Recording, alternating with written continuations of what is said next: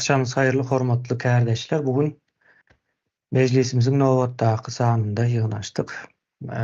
Bugünkü meselemiz ýene de Türkmenistanda halkyň milli kimligini dikeltmek baradaky maddalar bilen baglanyşykdy.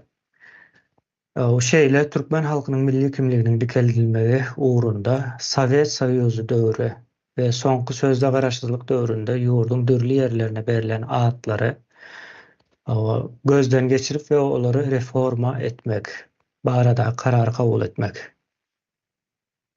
İyileşler. Geçenki ýygnaşykda at soýat reforması bilen baglanyşykly gurrun etdik.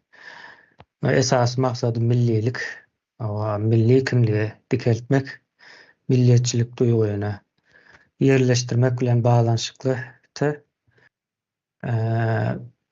Bu geze hem ýene şoň bilen şol maddalar bilen baglanyşykly ýöne şäherleriň, etraplaryň, owalaryň atlary ýa-da ine kolhoz diýdi, ondan soň daýhan birleşik diýildi. Ine şo zatlaram bir ara almamız möhüm bolupdyr. Şoň bilen baglanyşykly. Indi bir gysgarak açylşy bersem bizi dinleýänlerem has anyk düşünmesi üçin. Ýyldaşlar öň Sowet ýani Orus döwri diýip adlandyrylýan döwürde ýerleriň ady, köçeler we käbir şäherler ýa-da ýurdun syýasy edarasy, syýasy bir edare etmek diýeýin, hatda syýasy edare etmegiň atlaryna çelli, usullaryna çelli Rus nemesine. Mysal üçin kolhoz bardy.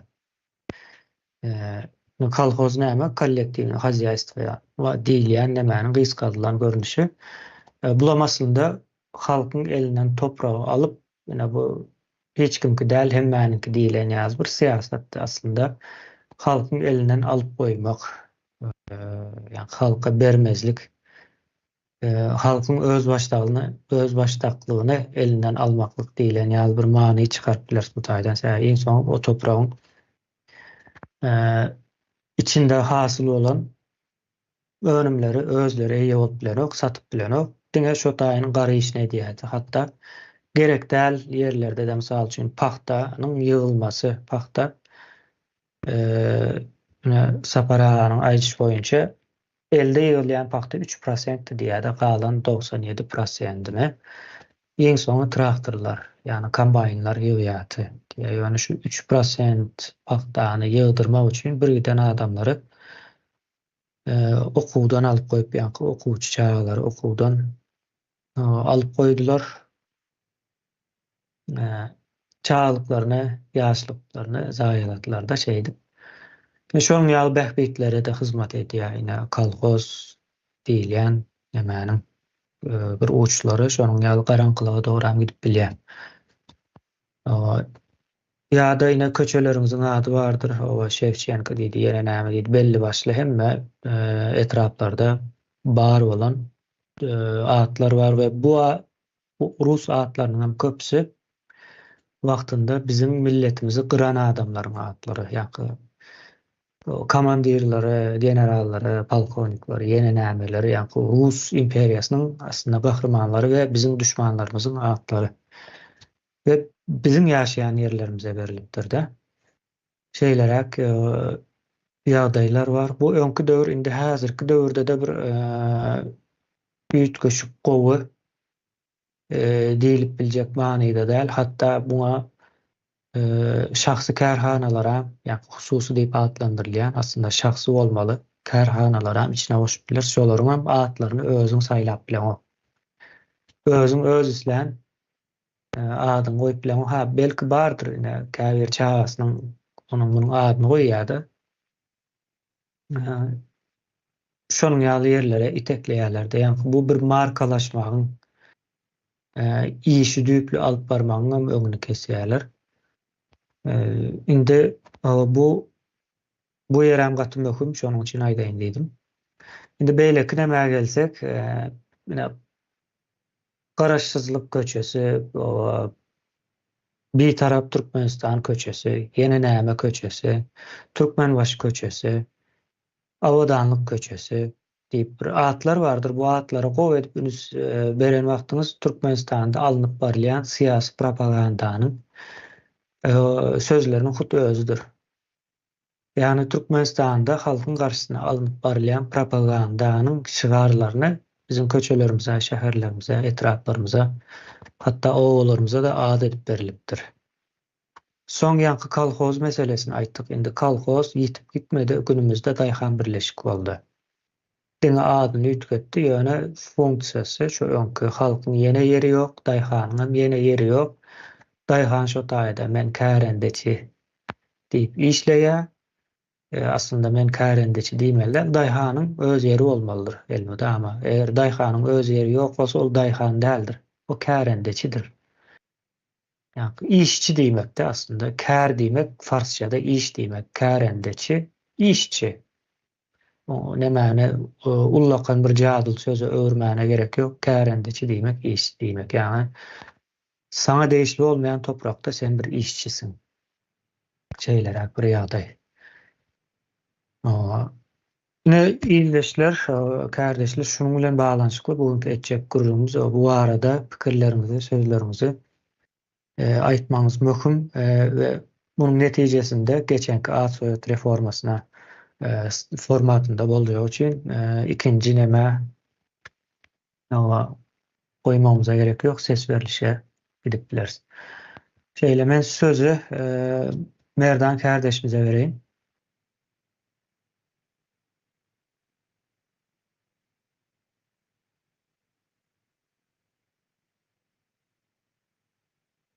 Ses gelen o entek. Indi gelýär. Gelýär. Skype asyp getirä işle. Men öz şäherimden ýaşaýan şäherimi ýönetenden mysal getirjek bolýanda. Indi serediň owalaryň öňkü owalaryň atlary wadyny Moskwa diýip bir owa wady, Watan boldy. Lenin boldy, owa Bereket boldy. Onsoň dostluk diýdi, Kalinin dostluk boldy, şonuň aly. Paweda ýeňiş boldy. Serediň staýda şygar gedýändir diňe. Türkmençilige hiç da ýakyn ýok diýip görýändim. Indi men öz şäherimiň içinde ýaşaýan ýerim bardyr. Paltaraski 70-de ýaşadym men. Indi soň sözde garaşdyrlyk döwründe Sarıhan diýip atlandyryldy da. Ýöletende Sarıklan hanyň adyna. Indi şu taýda millilik görýänmen diňe şu Sarıhan köçesinde. Täze halkdan sorýan oly haýsy köçede ýaşaýan diýen Sarıhanda diýýär. Yani öňkü Paltaraski bolsa azık maglumat toplap gördüm bolyn. Nemekeni rewolutsioner bolupdyr da, yani Kızıllardan. Marşagarynda da beýleki güýçler tarapyndan atylyp öldürilen. Şu taýda diňe Sarıhanda men görýän galanlar, owalaryň atlary diňe şygar bolupdy öňküler ýa-da. Hiç millilik göremok bu taýda. Onuň indi ýölten şäheriniň orta arasynda bir ýadgarlyk bar. Atçapar Taýyrov diýip. Bunyň taryhyna seredip görsek, bulam asly Atçapar owaly, ýani Gojaly aslında kökü Gojalylar otyş otaýdy. Onuň bu kim bolan Akpaşa döwründe Kızıllaryň tarabyna geçip ýalňyşlyk bilen geçdim ýa isleg bilen geçdim. Garaşok Kızıllara, ýani kommunistlere hyzmat eden, halka garşy işleyen adamlar biri de. Bunam şeýle ýazgysy bar. Bize düşman diýip, ýani basmaçy diýip tanadylan biziň milli gahrmanlarymyz tarapyndan pusat düşürüp atylyp öldürilen diýip ýazgysy bar o taýda. Aslında o taýda ol aralan ol. Yerli dönük bolansoň dönükden aralýarlar, ýöletenler.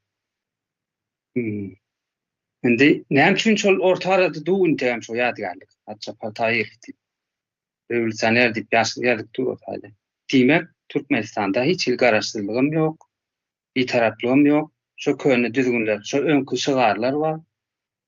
Dowam edip gelýär. Hiç bir Türkmeniň üçin bähwitli hiç il hereket ýoklugyny, ýani kuşgudaky haçyň duruşy ýaly. Ýužny kres diýip onam odanlap, neme dip, aklap, tyýlap, süpürüp. Men diyecek olan meneşi reformada gaty yerlikli boljak, yani milliligi, yani Türkmenin yerli ýaşaýjynyň özüne dolanyp gelmek aýry goýulmasaz hereketleriň biri diýip düşünýän-de. Şunu aýdaýyn diýdim, sag bolun. Sağ olun. O sözü Parahat kardeşimize veriyen.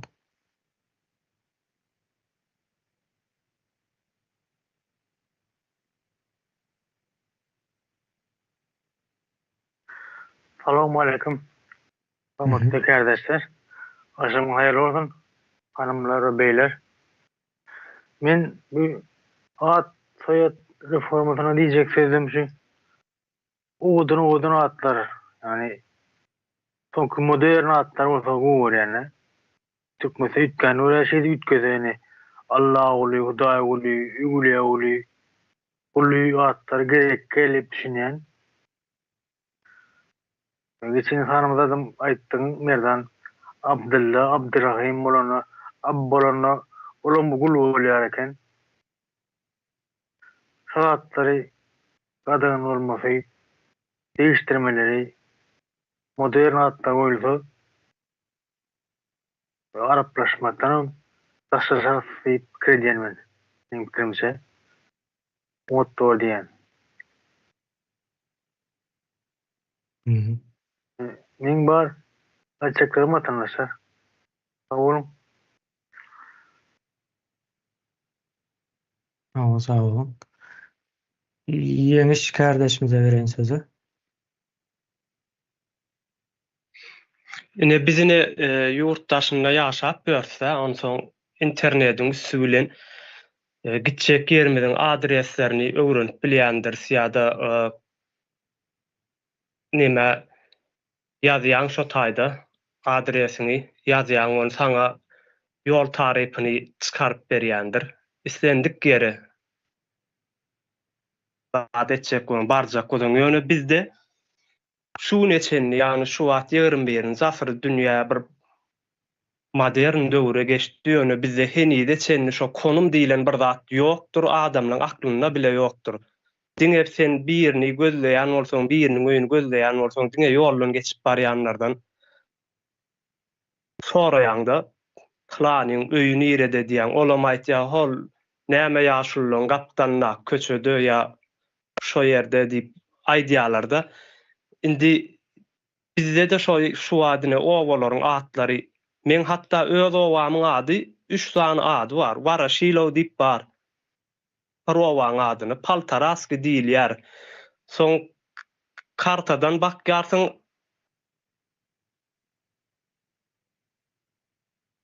näme diýip çykýar? Иждanow diýip çykýar. Ýani bularyň haýsysy men owamyň ady. O da bir belli däl. Soňam sizin nämämizde bar? Sakarçağa etrawyny Kyýuş diýip bar, Kirov diýip bar, Moskwa diýip bar, Sowet diýip bar. Bular nämäniň ady? Ýani halk tarapyndan saýlandan bir adam däl. Ýani ýa-da bir adamlara bir manyny aňlatýan zat däl. Egerde bir zady aňlatýan bolsa, o da şol ady goýulan adamlaryň Orslar döwründäki gelip şo taýdaky yerli ýaşaýjylary ýok etmäne tynanşan adamlaryň atlary hemmesi de. Şoň üçin hökman biz öz milliligimizde de geçmeli, milli atlamyzdan bolmaly. Şimdi ýene bir teklifim bar, ne şu Aşgabat diýäse, biz paýtagtymyz, indi o taý ütgömez, dogrusy paýtagat bolup galar ýöne Aşgabatyň adynam ütgötmekligi, ýani öňkü Oğuz döwründäki Ýeni kent diýip at berilmegini teklif edýän şu taýdan. Ýani biz egerde Oğuz döwletini, Oğuz iline geçecek bolsak, şol adynam almamyz gerekmi diýän. Sag bolun.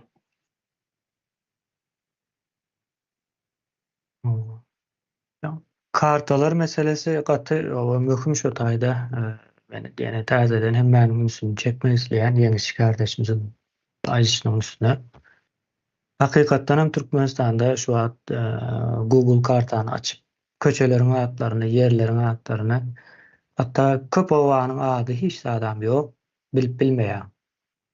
Ýa-ni öz owaňy bilýän bolsaň, tap bilýän bolmasa da ýazyp gözläp hiç bir zady Türkmenistanda Aşgabatyň içi aýry. Onuň daşyndaky yerleriň ne ady ne isi bar. Gynançly-ýa-da ýöne şeýle. O indi at ýa-ni yerleriň atlarynyň reformasy geçiriljek bolsa bunyň manysy bar. Bu millileşmek bilen baglanyşykly. O taryha gitmekde, millileşmeden biraz taryha seyretmek diýeli. Taryha bir ser atmak mı diýeň. Bir göz aýlamak diýilen ýaly.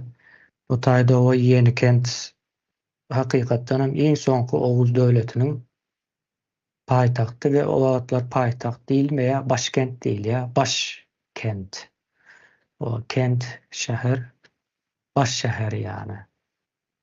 O döwürler kent sözü ulanýar. Şäher sözü hem soňa dogry bizim dilimize giren söz. Şeýle o zatlar hem o göz öňüne tutmak gerekli. Ol indi yerli nemeler bilen ýa-da has başga bir prosesler bilen geçip biler. Haýsy adyň dogry gelip gelmejegi. Şeýle. Men sözü söhbet kardeşimize bereyim.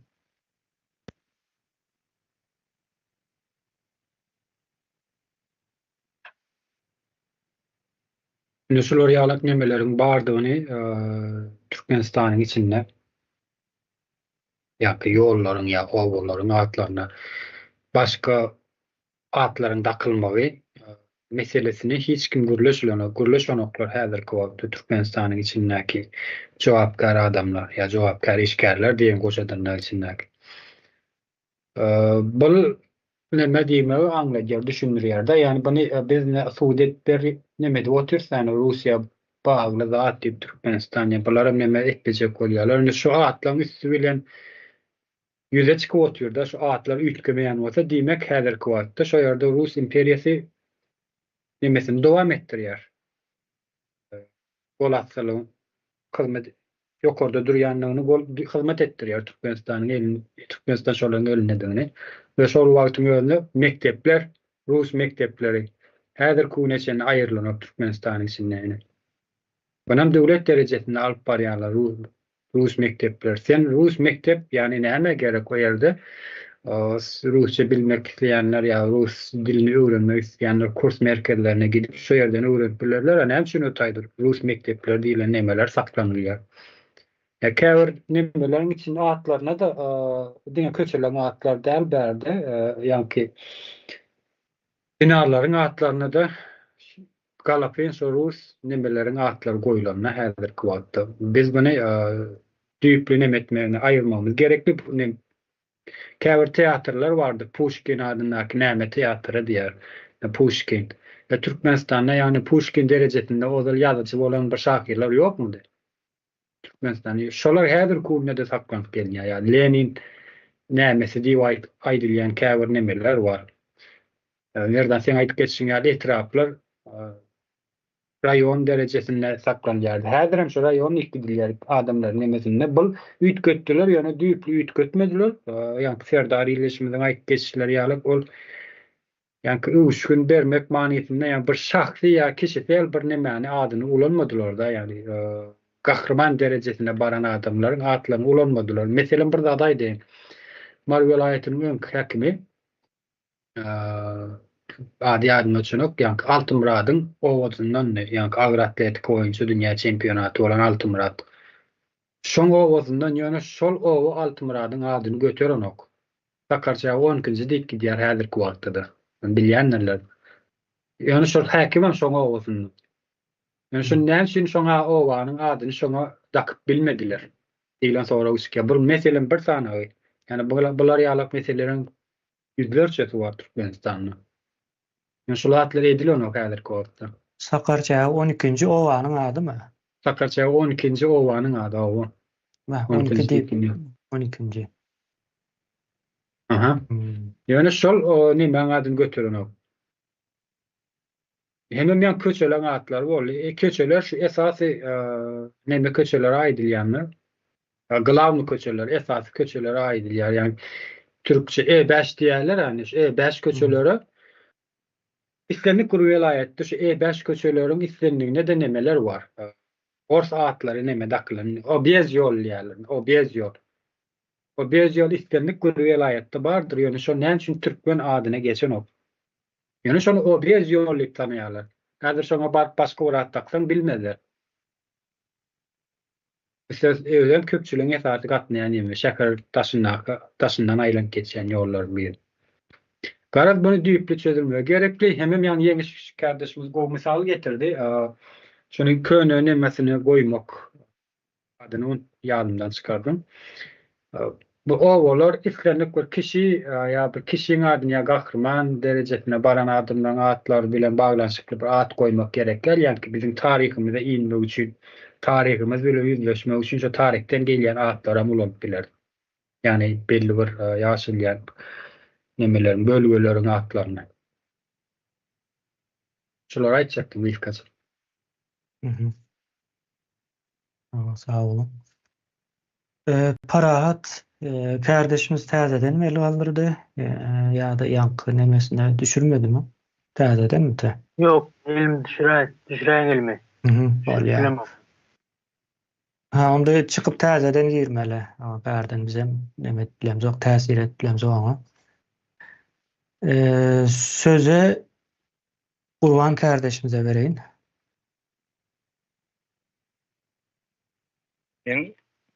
Salam kardeşler, sesim gelýärmi? Nava. Emme etraplarda owaların atları aynı meňdeşi diýär. Hepsi. Ne bayraç, ne bayraçtan ya yol öteniň bayrajymy ya tag-tawalaryň bayrajymy. Yani şu gabat gelýän da yol öteli ya da nemeden nirden diýsen bayraçtan diýär. Haýsyndan tag-tawalaryň bayrajymy yol öteniň bayrajymy. Ya da hemmesi leýlin, hemmesi meňdeş. Indi bular aýryldy. Hem de ýöne azatlyk diýär. Olawaň ady hiç azatlyk diýil. Oňa azatlyk diýmän külülük ya gulluk diýse daha gelişikli boljak da adyna görä. Halkyň bu ýaşaýyşyna görä bol. Ýöne näme üçin Magtumulu diýen owa ýok, ya Seyitnazar Seydi diýip owa ýok. Ya da bilmem Gaýsy Atabaýew diýip bir owa ýok. Näme üçin bular ýady düşünokmy ka, ya bulary goýmakdan gorkýan ka bular. Men kellemde şu pikir aýlanýardy. Ne Sarja Batyr diýip goý. Ya da Muhammed Ataýew, Muhammed Atabaýew. Bularň atlaryny näme üçin goýulanok? Men şu ýerde utaraýyn. Soňra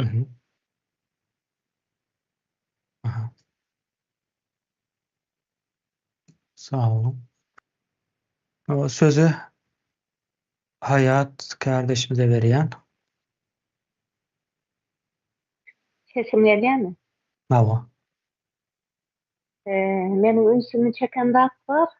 Köplençe bizim tarihimizin şuňur izlerini daşayan yerlerin adyny değiştirýärler. Mesela bizim şäher 60-njy ýyldan soň guruldy. Saryat Çayırında gurulan şäher.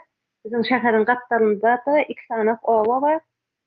Ne bizim şäheriň ne ol owanyň hiç ady değiştirilmedi. Ama bizim 125 kilometr uzaklykda yerleşen Dargan Atanyň adyny welin değiştirdiler. Sebäbi Dargan Atanyň eýem bizim tarihiň izleri bar ýerde. Ondan dikkatyny näme çekesim gelýär. Şu ýol ötendäki gaz kany bar-a. Onuň amady näme galkynysy değiştirildi. Öňkü ady ýol öten ýedi bolmaly. Diými ýalňyşmasam? Nava şeyler bir nemet ýol ötenli. Galkynysy değiştirildi. O galkynysym häzirki terör grupunyň ullanýan propaganda sözleriniň biri de demeýanak bir taraplyk garaşsyzlyk ýa-da asmanymyz arasynda diýen sözler ýanak bir sözcük bar. Ýa-ni Poltaraskiň sözü geçdi. Aşgabatdan 1927-nji ýylda çelle ady Poltarask bolmaly şonuň. Ýalňyşmy? Şular aýdaýyn diýdim. Nova. Paltaras kim? diýilen soramaldy ýa-da näme o hiç bilmeýänler üçin. Sözü Merdan kardeşimize berýän.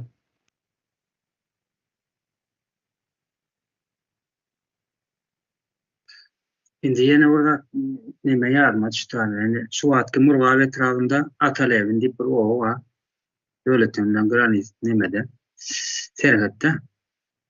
Şimdi bir ýadymyzda dursun. Indi men özüm biografiýamda 2000-nji ýyllardan başlap 2015-nji ýyllarça tör goýlarynda ýani ör meydanlarynda aralykly gatnap işledim, sürdüm. Indi Ölten etrafında neme var? Täze Polat diýip bir goýy bar, sygyr bersi. Seredin 2000-nji ýyl bilen 2010 aralyk diýende 2010-nyň güýünde men Täze Polat işläp berdim. Ondan masluk çukuru var şonun. Goýun boýunda da 50 metr arasında. Keserler ýani saat sebäp ölenleri şo taýy küýrä-de ýakylýar da. Indi şo taýda men masluk çukura bardym, ol 2 sany gazyk çykdy, demir gazyk. Öňümden bir ýerine ýakyn, üstünde ýyldyzy bar, 5 ýyldyz. Birinde Ata diýip beripdi, birinde Lewin diýip beripdi. Ýylyna da men ýalňyşmasam tiýin etdim, ol 1912-nji ýyllar diýip berýär. Indi men soraşdyrdım, bu näme üçin diýdim, 2000-nji ýyllarda ýokdy, 2015-de bu çykypdyr bu diýdim. Şu taýlak çoparlardan soradym, ol ýaňy ýakyndyk gitdiler diýdi. Üniversite dikilen şol. Näme bir sebäp boldy? Kamyňa keldi hem Murgapdaky bu türkmen ogasy Ogana göçüpdir. Yani Kızıllara boyun bolmajak bolup. Bunam Kızıl komünistler şol ogadan Ata diýip beýende türkmeni Lewin diýip Orsetden gelen yani Russiýadan gelen bir revolutsioner şolaň öňüne saklama üçin wagt tutsunlar diýip hemen yani göçüň öňünden uratýarlar da. Bularam duran ýerinde yani näme diýerler, jannaly iki diýerler ikisini. Göç bular diňläp duran nokta. Taklajak bolýarlar. Indi şol ikisinde gahrman bolupdyr. Kimin gahrmany? Rus imperiýasynyň gahrmany. Näme üçin dur ol Türkmenistanda? Türkmenistanyň dönügi olar. 2015-nji ýylda beren dikilýär täzeden. Demek bu Rusya'nın mesela täsirinden çykan zok. Şolam alamatlaryny biri görünüp durýar. Şonu ýatlap edim. Geň ýagdaý.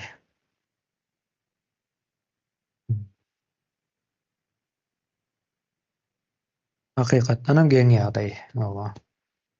Pikirlenmeli üstünde. O sözü Arslan kardeşimize berýän. Kardeşler, men şu yer at reformasının geçirmeyini şeyle bir vacip düşünýän, vaciplığı var diye düşünýän. Yani misal üçün hazır bizim ildeşlerimize, esasen yurt dışındakilere yurda çıkalım diýsen, yankı ses dem yok, bir hil tiskiniş bir esasen erkekler de. Indi yani Rus imperiyası ilki bilen öz orus atlarını koyup çıkıptır, ovadır, köçedir, yeni şehirdir, yeni bir yerlere. Indi şu atları koyanın sebebini men şeyle düşünýän. Mesela Çapayev diýdi 7-nji noýabr, Karl Marx, Kızılok diýip bir Lenin kolxozy atlarken de şu atları eşiten wagty yankı yerli halkın özünün ady bolmayan üçün ya bir tarihten geleten ady bolmayan üçün yankı adamlarda duygusu yok da. Buna çıkma duygusu mu, şöyle goramal duygusu yok yalı dımşıpıyorlar bizim ildeşlerimiz. Indi imperiyalar şu derece bir ince düşünýärmiken diýip pikir edýän. Şu duygularını ayırmak üçün hem atlar değiştiripdir diýip pikir edýän. Indi meselen bir misal getirecek olamam duyu meselesinde. Türkmenistan'ın içinde esasen in bir dünyada tanalyan adı var. O hem hazır Mar diýsen tanalmayar, Merv diýsen tanayarlar da.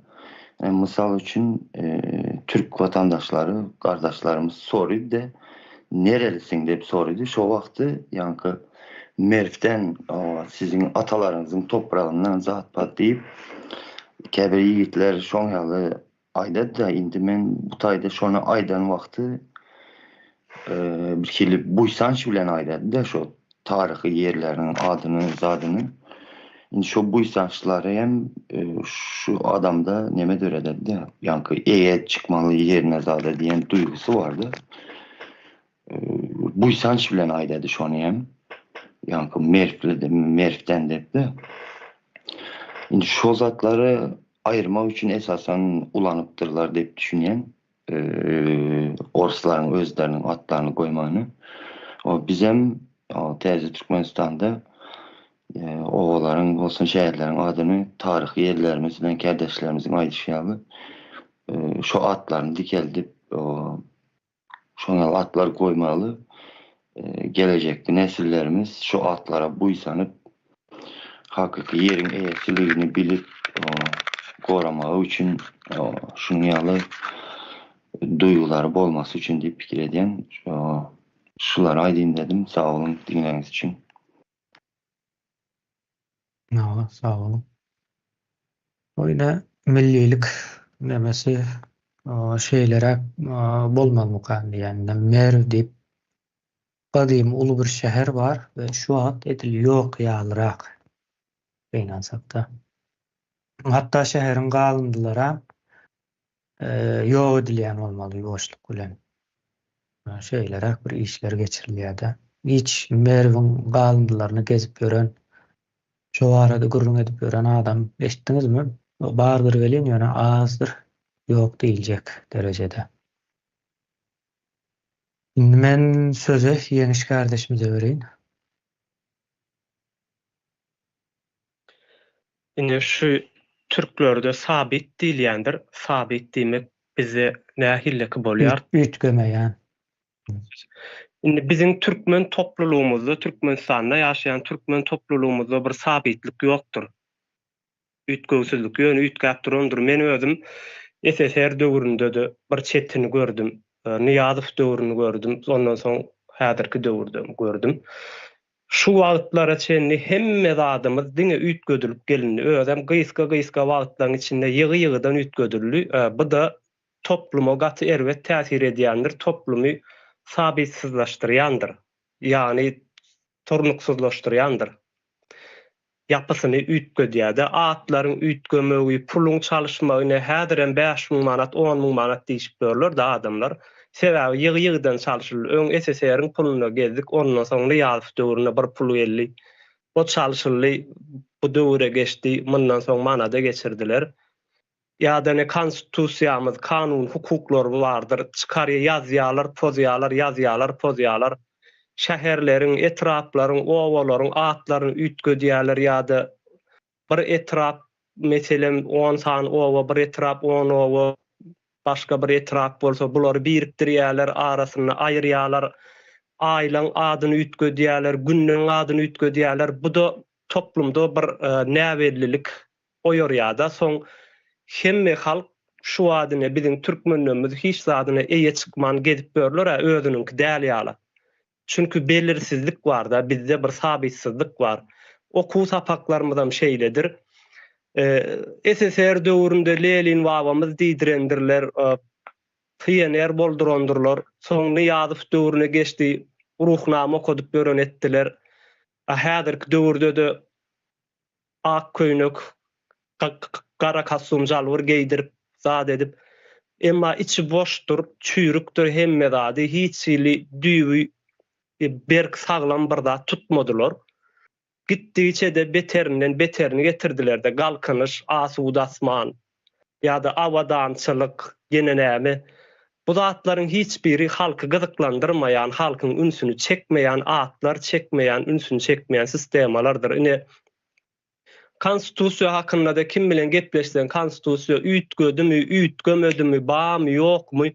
Günler bir ýaldyr adamlaryň hatda şey diýerler-de käbirine ýazýan ýok ýa konstitusiýa bilen seň işiň bolmasyn olar elnäki zat ütgöseler ütgödüň bilýärler hak bar olaň diýen. Näme üçin hak bar? Bir o bir ýurdun eldegirilmesiz bir zat. Yani ütgödülmelen bolsa 50 ýyldan 100 ýyldan soňra bir gedek bir madda 2 madda ütgäpler. O da halkyň ýagdaýyna görä, halkyň isleglerine görä ütgödülüp bilinir. Bizde hemme zady ýöne bir aýyň içinde ütgödüp oturýarlar, 2 ýylyň içinde dinli. Bu ýedekine biz şu wagt Türkmenistany täzeden gurýar, hemme bütün ady bilen bile, insanlaryň atlar bilen bile ütgödýärys. Bu gedek bir gedek ütgödülmelidir. Hatta manat çıkarar pul birliğini. O da şo boyunça gitmelidir. Sürekli ýygyderli bir zat ütgödülüp durulsa, bu da halka elbet täsir edýän bir zatlaryň biridir. Şoň üçin hem belleniljek atlar, her kim öz ad familiýasyny seçmeli ýerlerine de şolar ýalaky bir sabit bir zat, bir at seçilmelidir. Owalaryň etrap ýanky ýylleriň, ilçeleriň atlarym şolar ýalaky sabit bolmalydyr. Ütgödülmelidir yani. Gitdigiçe ütgödülüp durulsa hiç kim taryhyny bilmez, manysyna da düşünmez, hatta soňky ýetişýän nesiller hem öňkü geçen zatlardan nemesi habar bolman ösörler. Şolary aýdaýyn diýdim. Sag bolun. Allah sağ olun. O bizde ýygydan ütgedilýänligi bir hakykat we bu ýa geniş kardeş bizim aýdýan gaty erwet täsir edýär jemgyýete. Jemgyýet bir ullakan bir ýuwaşlyk bilen ütgeýän bir zat da esasan milli taryhy zatlar bagasynda. Ýa tehnologiýa bilen däl, misal üçin täze telefon çykdy, manyda däl. Ýa-ni atlar, milli manatlar, belki de eýneşikler hem oşoň içine goşup bilersiňiz belin. Şeýle ýa-ni haýal ütgeýän zatlar, ýani olaram gelip hökman şo zatlary ütgedýärler. Tehnologiýada da iza gidýäsdiňe. Indi sözü Halmurat kardeşimize vereyim. Sağ ol. Söz veren için salam kardeşler. Sesim eşitiliyor. Allah. Katı kılıklı gurrun edilýär ya mesele gozgalýar. O hakykatdan ne şu mahal uyun içine kaçan adam düýbüne çöktü ya yetti diye de bizine şu düýbüne ýatyr şu mahal. Jemgyýet bol. Yetmeli işler gatykan bir nesil zatlar alıp çykar çykmazmy? Bunun bir blokan mesele bolup dur ýöne şol atly meselede bir hakykatdan ýeme özümi tanamagymyz gerek millet hökmünden. Onun üçin ol Sovet simbolikasynyň hemmesini aýyrmak. Bir ýerde bir zat bar bolsa.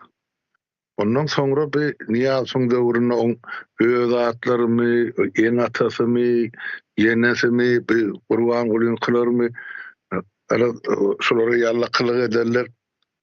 Bular taryhda ady galmaz ýaly etmeli. Ondan soň ştaýdy kardeşimiz aýtdy da Sakarçaga 10 kütüýdi diýen ýazmışmasam. Şu olar numerasiýa diýil ýa da rus dilinde aýtsak şu belgilemek ýa tamamlamak bu. Ene Gurban Guly şuny şäheri Naşawatdan başlapda şolar bilen nomerlap başlaýar 10-njy köçe, 16-njy köçe näme? Näme şunu diýerler şunu? Ozan Aşgabatyň köçelerine meselem Gaýos Atabaýew, Nedirbaý Aýtakyp, ýene bir topar ýazyjylar beýlekler bar. Indi şolary şol Aşgabatyň adyndan halkyň aňyndan aýyrmak üçin indi şu tapýan bahanasy nomer bolsa boldy, o taýda hem köçe ad takmak gerek geldi. Ýöne biz näme etmelini meselem aýdaýly. Paytaht bolsun ya uly şäherler bolsun, ondan gowrak uly şäher barda ýaşaýdy, köp ýaşaýan şäherlerimiz. Indi ora her birine de bir 40-dan 50-den köçe bar, ondan yerli gahrmanlar tapyljak, motak tapyljak gelmen, onu çözüm bilemek, onu soňra bizden soňky saýlanjak parlament çözülmek diýende biz teklip edip bilerse elbetde. Näme üçin bizden soňkylar diýen sebäp Geziljek teklipleri biz ilk baştan öwrenmeli, öwrenmek üçin biz ýurdun içinde bolmamyz zerur. bilen bir wajyp mesele. Ýöne biz şu zatlar üýt götmek barady, şu taýda gurucu mejlis karar kabul edip biler. Ol görüňsiz bizim hukukymyz bar. Ýöne şol at takmak meselesinde ýalňyşmazlyk üçin ýurdun içine baramyzda insan şol yerli halk bilen maslahatlaşyp şolaň öz köşelerini, muwabalaryny, şäherini näme dakylly onu etmek gerek bar hökmani ýagdaýda. Onun ýan bir gurrun eşitdim. O şol paýtagtymyz bolar Aşgabat näme on adyny üýtgetmeli. Ene men öz pikirim, men Aşgabatyň paýtagt bolup taklanmagyna iki elim bilen garşy. O zaman men şunu aýdyp gelýän Azatlyk radiosundan olar çyl ber şuwynam. Näme üçin men garşy? Aşgabatyň yerleşen topragy, ýa şäheriň yerleşen topragy ýeme tektonik pliteleň üstünde dur. Eger de yer titrese, şo 48-nji ýyllaky ýaly onun ýokary bolmasa pes derejede boljak. Täp iki plite çaýkansa onun şäher durşuny ýere ýazylaýmaly. İkinciden şol şeýle bolsun diýen niýet bilen Niyaz şol şäheri şu terde gurdy diýip hasap edýär. Sebäp ol oň ejesi keseriň aşagyna galyp şu galyň halka möýlemden soň ýok bolsun ýer ýüzünden diýen niýet bilen etdim kädiýär. Näme üçin? On gurduran beton jaýlary şu marşa wysatka diýerler. 4 metr patalow, 4,5 metr. Pikir edip görün. Betonyň galynlygy 10 santy. Ya 20 santy. Eger de yer titrese, şol jaýlaryň içinden 100den bir adam diýeri garsa onu şol uly ýeňiş diýip hasap etse boljak da ýahalat ediş emas işi. O taýdan diýeri çykjak adam ýok. Ondan soň betonyň hili pes, ikinciden armaturan hili pes, bir ýerlerden şol ýanky 3-nji, 4-nji sort materiallar ullanýar. Indi şu sebäplere göre biz paýtagty saklap galsak, yer titrese hökümet ya döwlet hökümetsiz galjak. Ýurt ýolbaşysyz galjak. Bir gijanyň içinde hemmesi, bir sagatyň içinde hemmesi tep-tekiz boljak. Şonuň üçin biz men şu zatlar göz öňüne tutup aýdýan, Aşgabat ýeme paýtagt hökmüne ullanarly şäherde.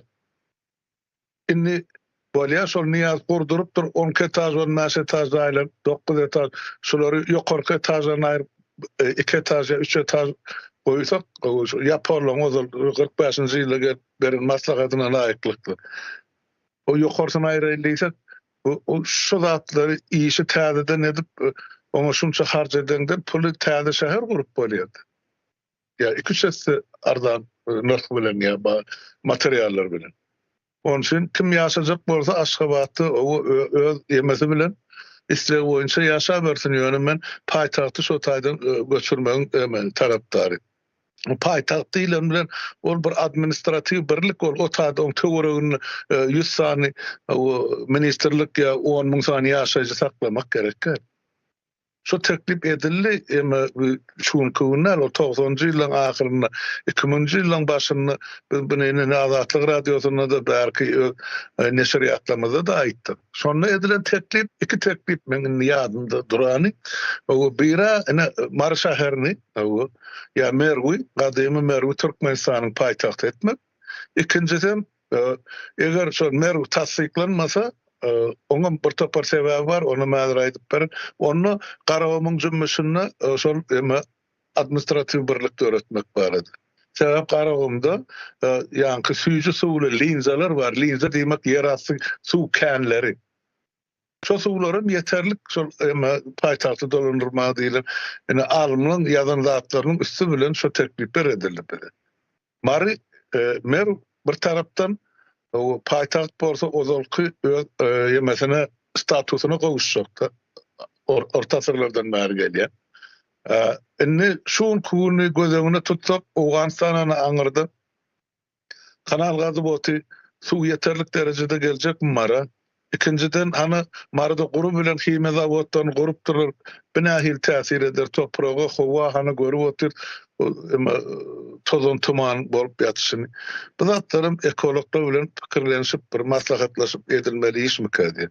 Ýöne Aşgabaty paýtagt ornuny urlanmak ol gaty uly howply. Ine şonu aýdaýyn diýdim. Sag bolun dinleýän. Nawa, sağ ol. Sözü A. Cemal kardeşimize berýän. Salam eldeşler.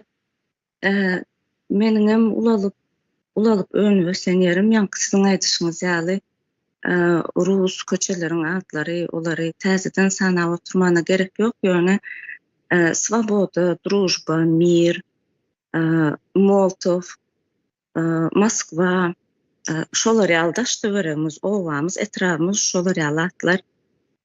Ondan başga da men belläp geçesim gelýän zat, meselem institut, universitetlerde fakultetlary bölýärler ve oň adynadam insanperwerlik meselem hiç baglanyşygy bolmadyk ýa-da bir şekilde baglanyşdyryp bilýändirler. Ýöne aňsatlyk bilen baglap bolmajak atlary, propaganda atlaryny ulanýarlarda. Meselem Pedinstitutda fizika matematika fakultetini bölüp şonuň bir bölüminiň adyna insanperwerlik ýaly bir goýulypdyr da. Şonuň fizika matematik bilen näme baglanyşy bar meselem. Ben bunu düşündürşem ýok. Muny talyplar fakultet bölseler, şo fakulteti o binadan bu bina göçürýärler. Meselem elinde göterip aýna götermelmi, kitapmy, mebelmi, näme götermeli bolsa, şonu o binadan bu bina göterip taşaýarlar. Nämemiş ad ütgäpdir, indi ütgemeli hemme zat. Ýöne şoň sebäbini bilýän student ýok, şonu açıklamaýarlar. Ütgedi. Olar üçin bir normal zat-da, arkaň kabul edip bilýärler.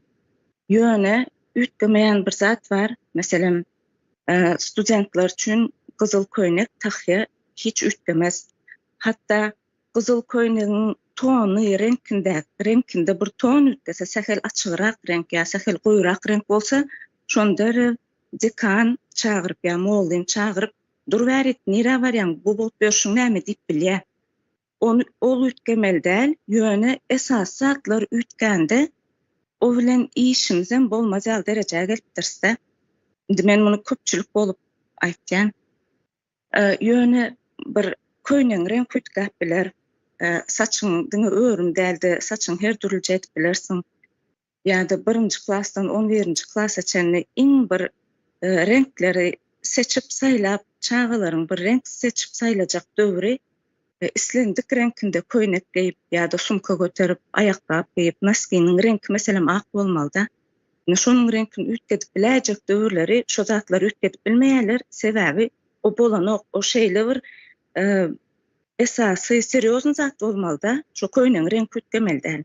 Belki ütkese ýurdun içinde bir zat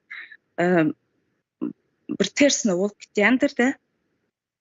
Diýjek bolan zatym şo köýneň renkiniň ütgemegi belki edil bir konstitusiýa ütgän ýaly edip bilýärler. Şu ütgemeli däl. Ýöne haçanda konstitusiýa ütgeýär ýa bir ýerleriň ady ütgeýär, oňa reaksiýa ýok. Bu da bilim derece şeýle bir test derejäge gelip ýetipdir de. Artık nämäniň dogry, nämäniň ýalňyşlygyny institutda kap gören talyplar düşünen ok diýä söýlen, ýöne şolar okutup beren mollunlar düşünen ok. Aýtsaň aýdyp oturmaly, men ýöne şu taýda sözüm jemledim, sag bolun. Sağ ol. O zatlara möhüm, ýa-ni ütgeme meselesi bilen baglanyşykly. Ütgemel zatlar, o näme? Ütgemel zatlar näme? Ýöne bular gerekmejek zatlary saklaýarlar, gerekli zatlar hem ýygy-ýygydan ara wagt salmanam diýeli ütgedip durlar. Eýle başga söz almak isleýän barmy? Mesele boýunça.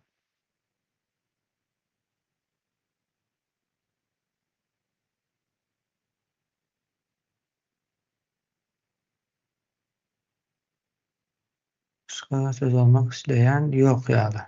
Görünüşe görä. Eger ýok bolsa bir ara kesme bereli, ara kesmeden soň ses berilişige geçip bileriz. Onda bir ara kesmeye gidýär. İyileşler. Gysga wagtyň içinde gelersiz.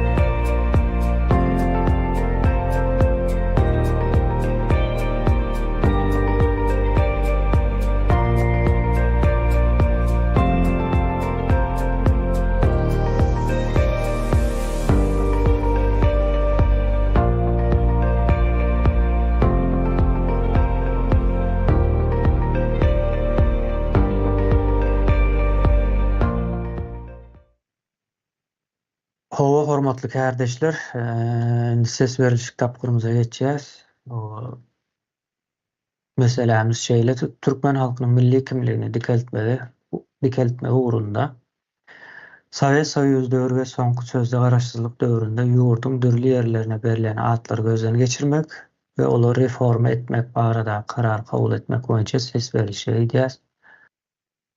Bu kararda ýa-ni näreýiniň näme at aljagy, haýsy üýtgedilmeli dälligi boýunça gurrun gidenok. Diňe şu reformanyň geçirilmegi gerekli. Reformanyň geçirilmegine esasy milli kimligi dikeltmek we öňki türli oýunlary düýünden ortadan aýyrmak diýilen ýaly düşünüp bilersiňiz. Indi bu karara goşulýan bolsaňyz, bolýa diýen bolsaňyz, gowa diýen bolsaňyz, elinizi galdyryp bilersiňiz. Elini galdyryp bilmeýänler, telefonda problemi bolanlar sesini açyp aýdyp biler, bolmasa da ýazyp biler chat bölüme. O taýdan serederiz.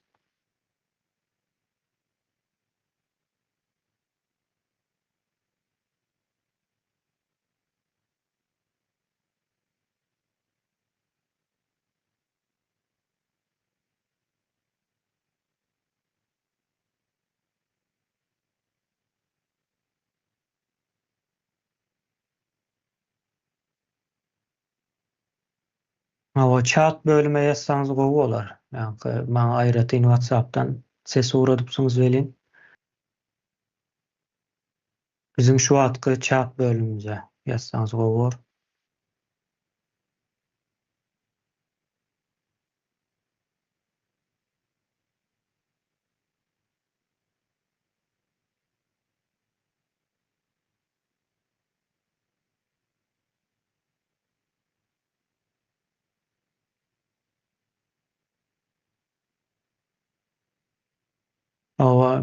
Bahar kardeşimiz elim galdyrjak bolýan. Hiç ýere ýazyp bilemok. Ýa şonuň üçin WhatsApp'tan ýazdym diýä. Onda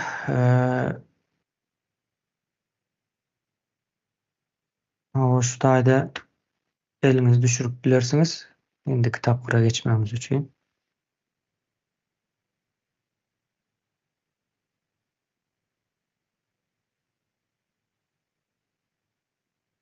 Hemme kim elini düşürsün, düşürüp bilmediğim çıkıp täzeden girip biler.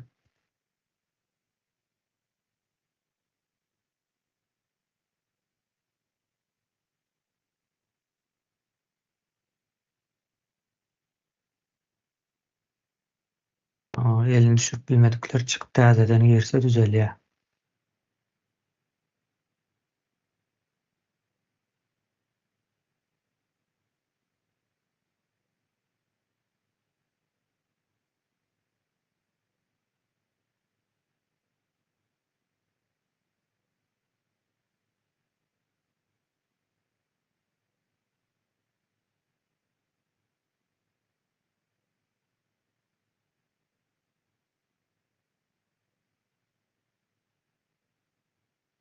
Elini düşürüp bilmedikler çıkıp täzeden girse dowam edýär.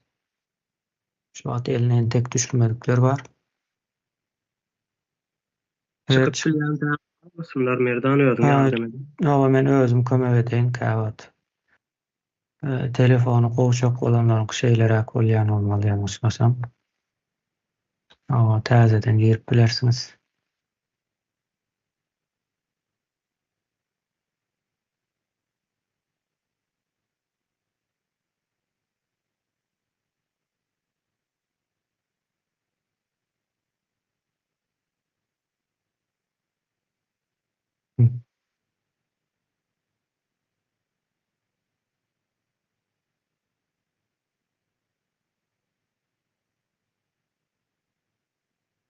Karşı çıkan barmy? Kabul ediljek karara.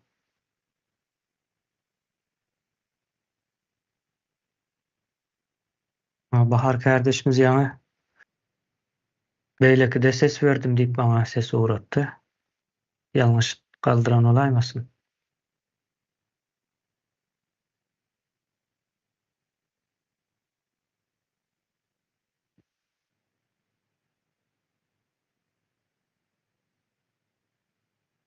Hı.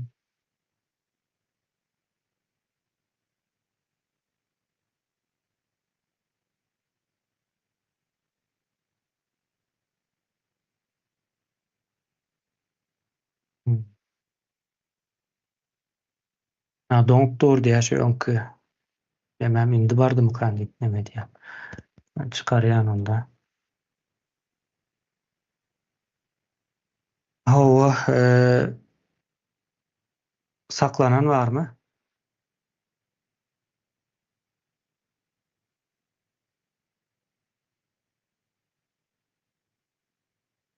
Kimine nem açılmadı, sorun çıkarttırdı. Eşitiler mi? Ha, şu at eşdilýär. Hawa haýsynda-ta? Öňünde Birincide el mi? kaldır degende. Ha, bolýar. Bolýar. Şu ata ýöne galypdyr, häzir galdy. Ha, onda Mawa çürük izle. bağışla.